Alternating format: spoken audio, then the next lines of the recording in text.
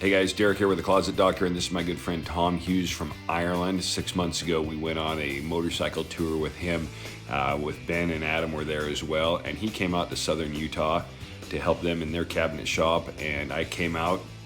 We did some hiking, went and did some slot canyons, hiked up some mountains, and had some great views.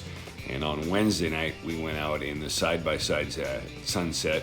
It was cold and windy, but we had a great time. Quick little ride up to top of the world here at Sand Hollow.